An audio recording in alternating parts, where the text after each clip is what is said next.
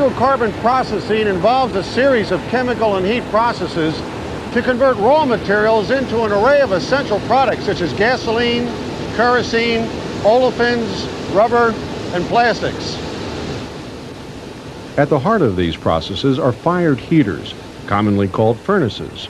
These furnaces are used with many processes, including distillation, reforming, olefins manufacturing, and hydrocracking.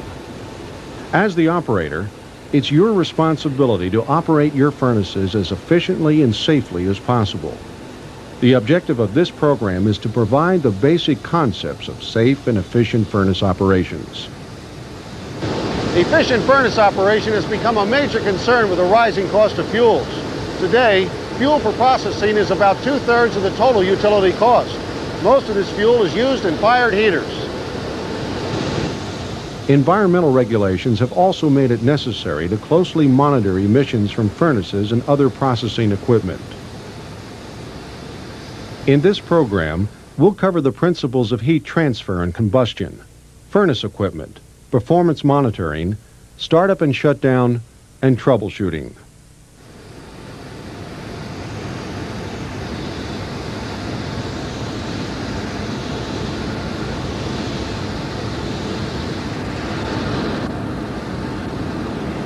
Fired heaters are used to transfer heat.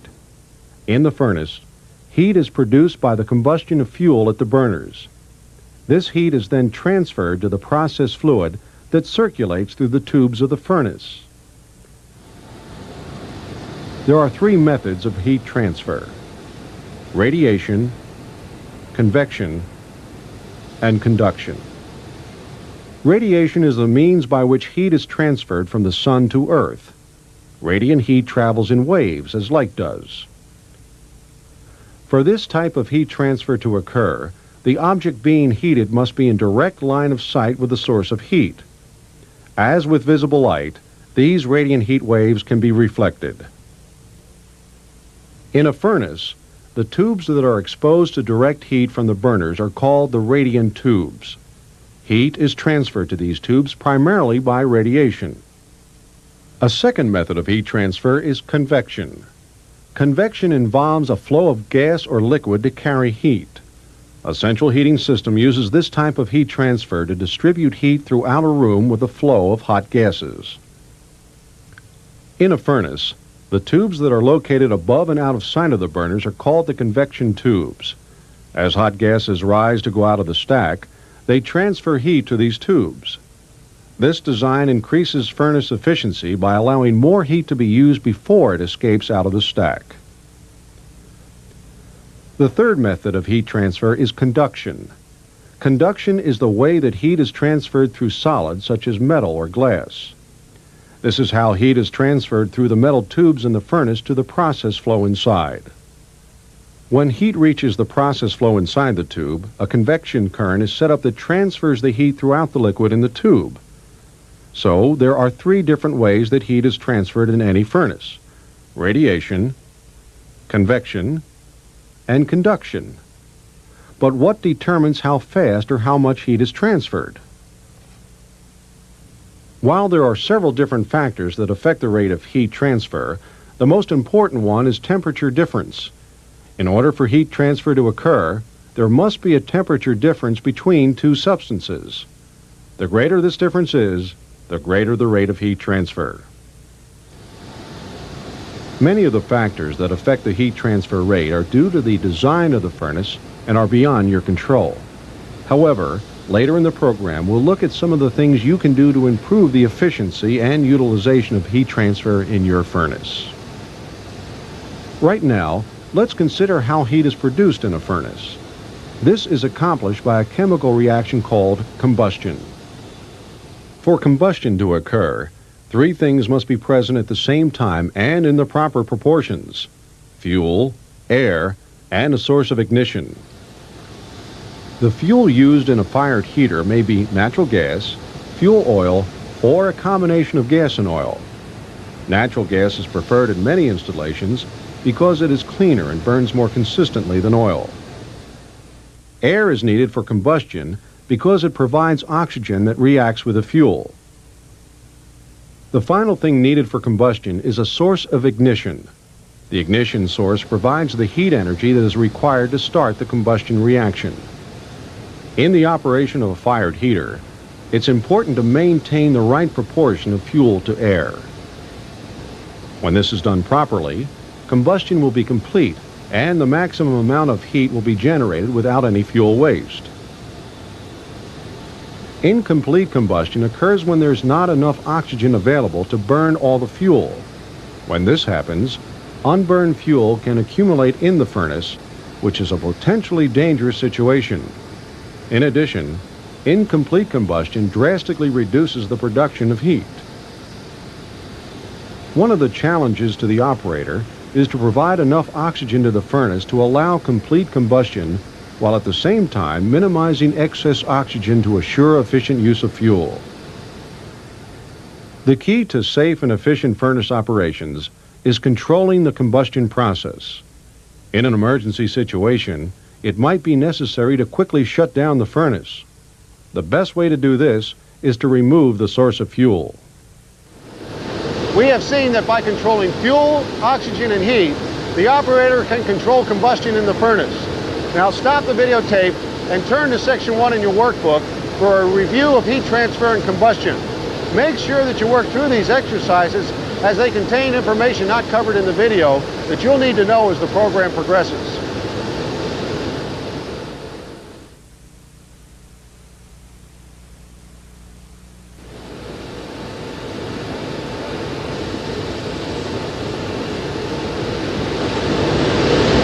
Furnaces are custom designed to control the flow of heat and handle the load needed for the process they service. The one shown here is one of the more common furnace designs. This type of furnace is shaped like a house and is called an A-frame or cabin furnace. The inner walls of the furnace are lined with a material that reduces heat losses and reflects heat back onto the tubes. This material is called a refractory lining. The burners in this design are located on the floor. They can also be placed on the walls or the arch of the furnace. The air required for combustion enters the furnace through air registers located directly under the burners. The section directly above the burners is called the firebox. The firebox contains the flames in the furnace and does not let any unwanted air into the combustion zone. The radiant tubes are located in the firebox of the furnace. They're in direct line with the burners, so they receive most of their heat by radiation. The section of tubes above the burners is called the shock bank. These tubes receive both convection and radiant heat. Above the shock bank is the convection section, sometimes called the economizer section because it extracts heat that would be otherwise wasted. The tubes in this area are heated by the hot flue gases before they leave the furnace stack. The process flow is sent through the tubes and is quickly heated. It then flows out of the furnace to other process equipment. The tubes which carry the process flow are generally divided into passes or coils. If the passes are balanced properly, each pass receives the same amount of process flow and absorbs the same amount of heat.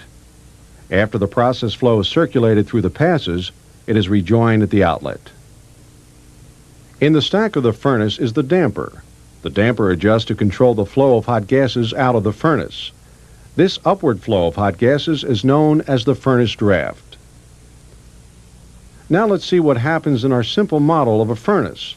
The air registers are open to provide the correct amount of air for combustion. The damper is adjusted for the correct amount of draft. The feedstock is pumped into the furnace and divided between the passes. After circulating through the tubes of the furnace, the feedstock is rejoined at the outlet of the furnace. There is a target outlet temperature for the process flow, and this is used to determine the amount of fuel going to the burners.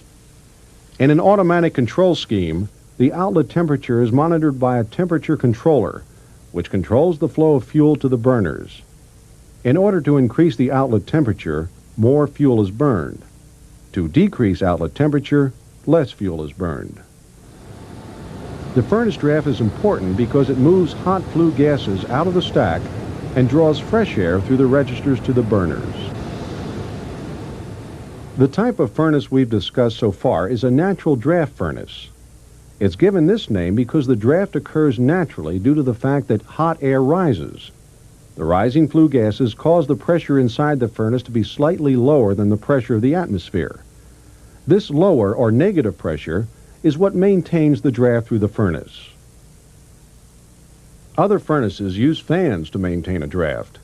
In an induced draft furnace, a fan is located in the flue gas ductwork to the stack. This fan pulls the flue gases out of the furnace to maintain an adequate draft. A forced draft fired heater uses a fan to supply air for combustion. Even though the combustion air is under positive pressure, a negative pressure is maintained in the rest of the heater by the natural draft of the hot flue gas. Fired heaters, which use both forced and induced draft fans, are called balanced draft furnaces. In this system, a forced draft fan supplies air for combustion, while the induced draft fan pulls the flue gases from the firebox to maintain a negative pressure in the furnace. Preheaters are used on some fired heaters to reduce fuel consumption. These systems use the heat carried by the flue gases, which otherwise would be exhausted to the atmosphere, to preheat the air for combustion. This conserves energy because the combustion air enters the furnace at a higher temperature and therefore requires less heat for the combustion reaction. An essential piece of equipment in any fired heater is the burner. The function of the burner is to mix fuel with air in a manner that will maintain stable and continuous combustion. The design and operation of a burner will vary depending on the type of fuel that is being used. Let's take a closer look at how burners work and review the material on furnace equipment. Stop the tape and turn to Workbook Section 2.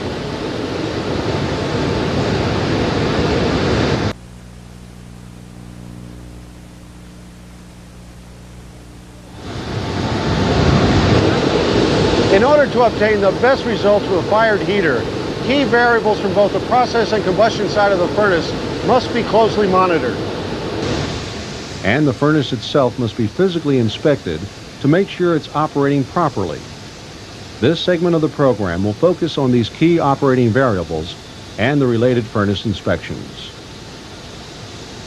An important factor in operating a furnace is controlling excess oxygen. There must always be enough oxygen in the firebox to ensure complete combustion. Too much oxygen, however, wastes heat because extra fuel is used to heat the surplus air in the furnace. Excess oxygen is the most important variable affecting furnace operating efficiency. The amount of oxygen in the furnace is monitored by an oxygen analyzer. Most furnaces operate between 1 and 5% excess oxygen, depending on the design of the furnace. The air registers are the main control of air to the furnace. When the furnace is lit, the air registers should be adjusted to allow the proper amount of air to each burner. The air registers on out-of-service burners should be closed to prevent excess air from entering the furnace. Peepholes should also be kept closed to prevent excess air from entering the furnace.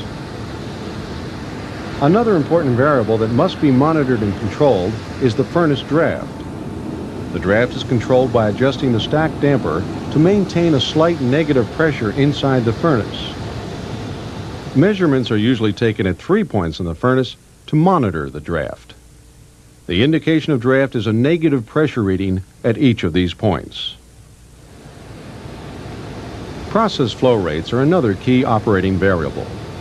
The flow rates through each furnace pass, for example, must be kept balanced to assure even heating of the process fluid and to avoid tube damage due to overheating.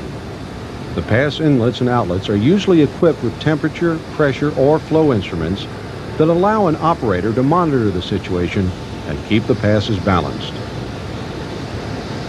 Product outlet temperature is the temperature of the process flow as it leaves the furnace. Normally, there is a set temperature or range of temperatures that must be maintained. To change the outlet temperature, you either increase or decrease the amount of fuel going to the burners.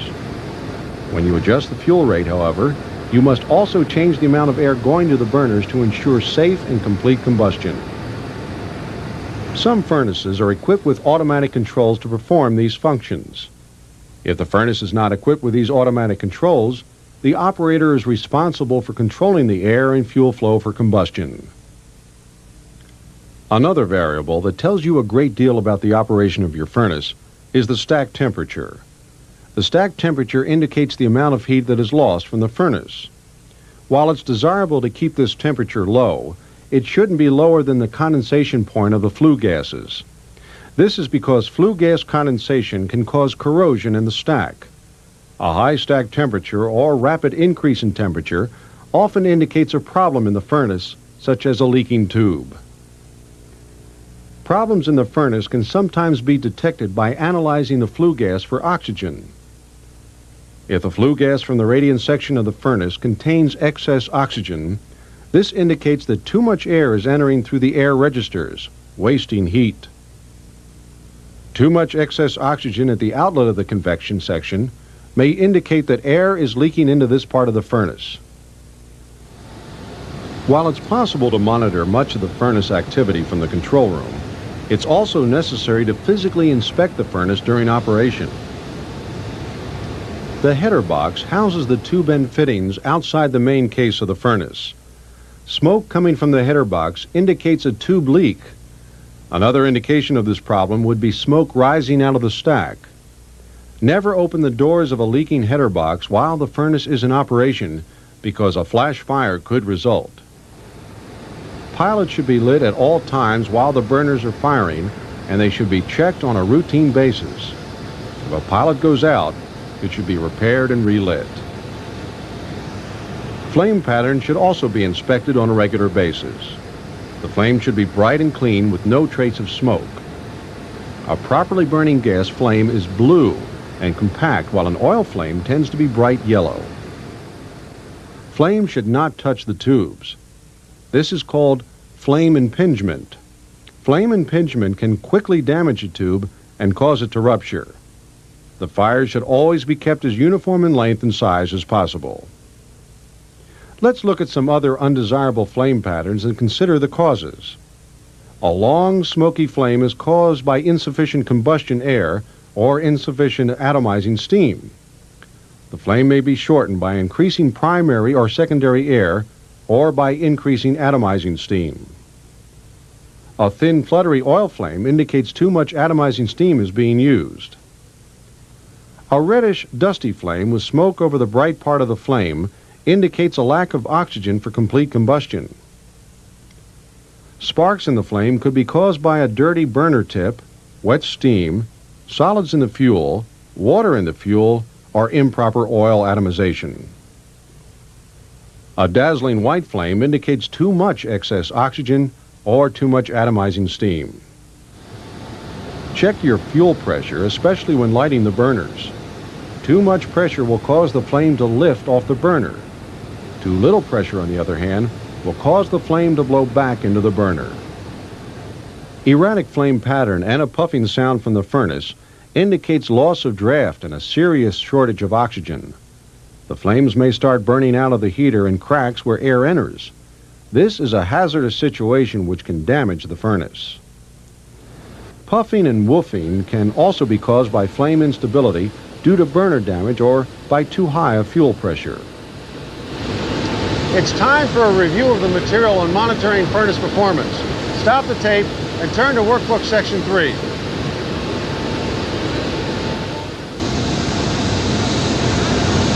Every plant has its own set of procedures for furnace startup. The general procedures outlined here are designed to provide an overview of furnace startup. However, each operator should carefully follow company procedures for his unit. There are 5 major steps to furnace startup: pre-startup inspection, purging the furnace, lighting the pilots, lighting the burners and placing the furnace in normal operating mode.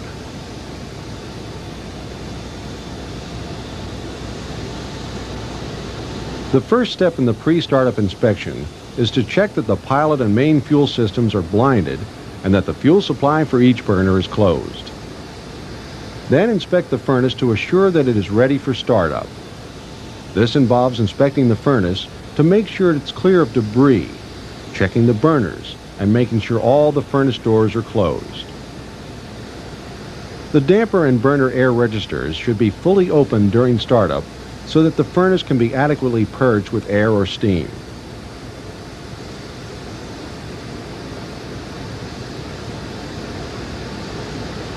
Purging clears the furnace of any combustibles and starts a draft.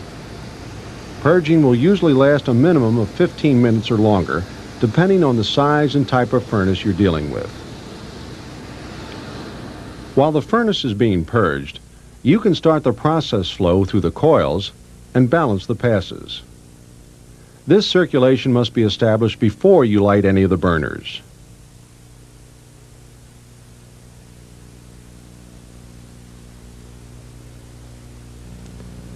Before starting the lighting procedure, you may be required to put on special protection light-off gear. Check your safety regulations to see if this equipment is needed. The next step in the lighting procedure is to check that all fuel gas valves are shut tight and then remove the fuel gas blinds. Each pilot must be lit separately. Light a pilot at each end and then one in the middle to provide a source of ignition throughout the furnace.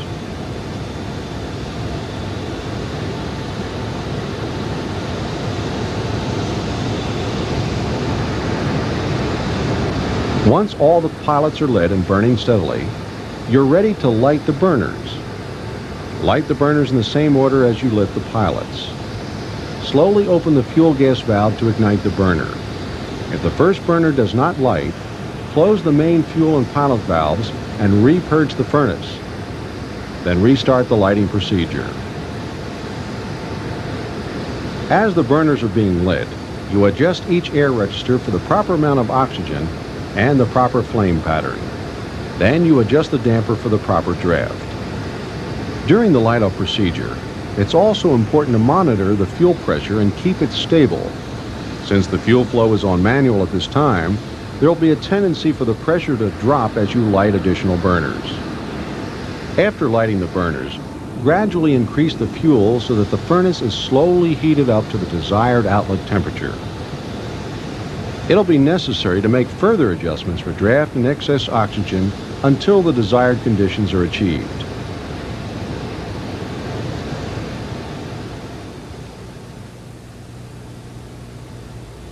When the target outlet temperature is reached and the passes are balanced, place the controls on automatic. The furnace is now in normal operation.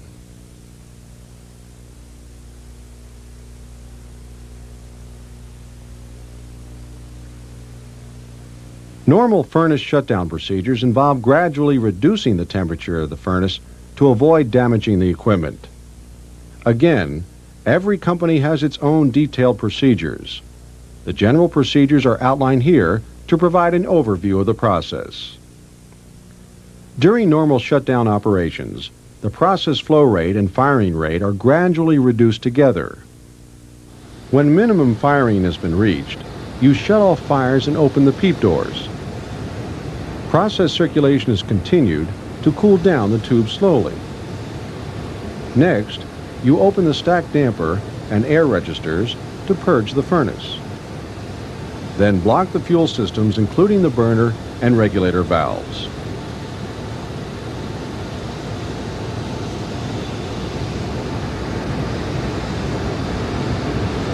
And when the furnace is cool enough, stop the process flow and block the process systems.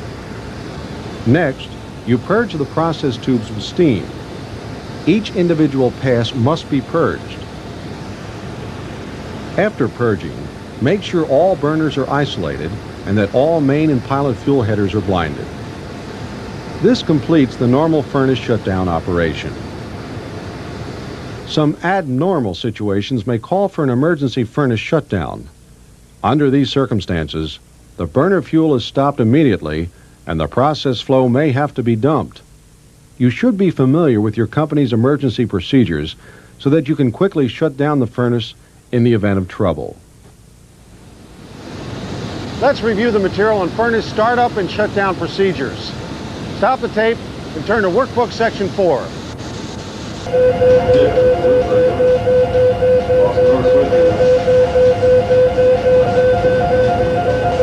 When an emergency situation occurs, you should be prepared to respond quickly and correctly. Furnaces have unique problems, some of which may be detected only in the field. Correct diagnosis of the problem as well as quick response is important. In this segment of the program, we'll consider both the symptoms and solutions to these common operating problems. Let's start with flame impingement. Flame impingement occurs when the flames are actually touching the metal surfaces inside the furnace, usually the tubes. This contact weakens the metal and can quickly plug up a tube with coke deposits. Flame impingement can sometimes be corrected by adjusting the position of a burner or by pinching back the fuel supply to the problem burner. If these adjustments don't correct the situation, it may be necessary to remove the burner for cleaning or repair. A hot spot in a furnace is an area that has become overheated due to an improper distribution of heat or flame impingement. Hot spots may occur on the tubes, the refractory, or even on the outside skin of the furnace. They're a problem because they compromise the strength of a metal and cause coke deposits. Some hot spots can be detected with the human eye as a glowing red spot on the metal. In other instances, special heat-sensing instruments such as a pyrometer or an infrared scanner are used to detect hot spots.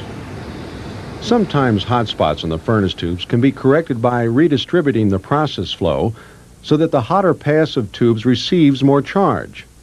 The increased flow of charge absorbs more heat and carries it away from the hot tubes. In other situations, it may be necessary to reposition a burner or remove it from service. Another common furnace problem is the buildup of coke in the tubes. A certain amount of coking occurs naturally due to the presence of carbon particles in the process flow. High temperatures, however, aggravate the problem by increasing the amount of carbon deposits. The coke acts as an insulator, so less heat is transferred to the process flow and more heat accumulates in the metal tube. If the coking is severe, the tube may eventually rupture due to the excessive temperatures. A furnace can be decoked by injecting superheated steam and air through the tubes. This operation burns off the coke and cleans out the tubes. A disadvantage of this operation is that it interferes with the ongoing processing because the process flow must be removed from the tubes during cleaning. In furnaces which burn oil, an ash deposit or soot gradually accumulates on the outside of the convection tubes. These deposits must periodically be removed because they interfere with heat transfer. Some furnaces are equipped with stationary soot blowers, which are long tubes that run through the convection section. Steam is circulated through holes in the soot blower to blow off any accumulations of soot. A second type of soot blower is the retractable type. It's a steam lance that is taken out of the furnace when not in use. This type of soot blower can be programmed to automatically blow selected tubes in any given sequence. Soot blowing can be done while the furnace is in operation. However, it may be necessary to completely open the damper to prevent the steam and falling soot from snuffing out the flames. It's important to closely monitor and maintain the excess oxygen and draft during soot blowing. Furnace equipment like pumps, fans, valves, and burners can and does occasionally fail. When this happens, an operator must be prepared to respond quickly to prevent damage to the furnace or a possible accident. The feed pump circulates the process flow through the furnace. If this pump fails, the circulation will stop and the furnace will immediately start to overheat. This can damage the tubes and refractory and cause severe coking. Your first reaction should be to restart the pump if possible or go to a spare. If you can't get the flow started immediately, you'll need to stop the input of heat by cutting off the fuel to the burners. The damper should be opened fully to allow the maximum amount of heat to leave the furnace. And steam should be added, which will have a cooling effect on the furnace. By cutting off the fuel and removing as much heat as possible, you minimize the chances of furnace damage. Once the situation stabilizes, you would want to call in maintenance and have the defective pump repaired. A second type of equipment failure is a fan failure. If one of the fans in a balanced or induced draft furnace fails, this will result in a loss of draft. If the furnace is equipped with natural draft air doors, the flame safety system will automatically open the doors, and it may be possible to keep the furnace operating at a reduced load. Some furnaces are equipped with steam rings that discharge steam into the furnace in the event of a fan failure. The hot steam rises upward and creates enough of a draft to allow continued operation. But if air doors or steam rings are not available, the safety system will automatically cut off fuel to the burners and the furnace will have to be shut down. A valve failure is a third type of equipment problem. If the valve is controlling the process flow, it will usually fail open or become stuck in one position. In either case, you won't be able to adjust the rate of flow. If a bypass valve is available, you may be able to avoid a shutdown by routing the flow around the failed valve. When a valve in the fuel system goes down, it usually fails in the closed position. This stops combustion in the furnace and means a shutdown. The furnace burners can also break down. Burner failures are often caused by plugging or fouling in the burner tip. If a burner fails, you'll need to remove it from service for cleaning or repair. Instrument failure is not always easy to detect. The operator must understand the interaction of variables in the furnace to judge whether a particular reading is accurate. If the furnace has automatic controls, the controls may try to correct a situation which doesn't exist. If this happens, the operator must take the controls off automatic and manually adjust the operating variables. Correct diagnosis and quick reaction can often prevent a furnace shutdown. Let's consider an example. In an automatic system, the controller adjusts the fuel flow to the burners based on the outlet temperature of the charge. Now, if the measuring or transmitting instrument sends out a faulty low temperature signal to the controller will automatically increase the flow of fuel to the burners, trying to compensate for the apparent decrease in outlet temperature. This, in turn, will cause the furnace to overheat and could cause coking in hot spots. If the operator suspects this is occurring, he can check the individual outlet temperatures for each pass of tubes. If these are above normal, this would indicate that the measuring or transmitting device has probably malfunctioned. The operator would then manually control the amount of fuel to the burners to prevent the furnace from overfiring. Another furnace problem is flameout. This is a situation where the burner flames go out, but the fuel is still entering the burners.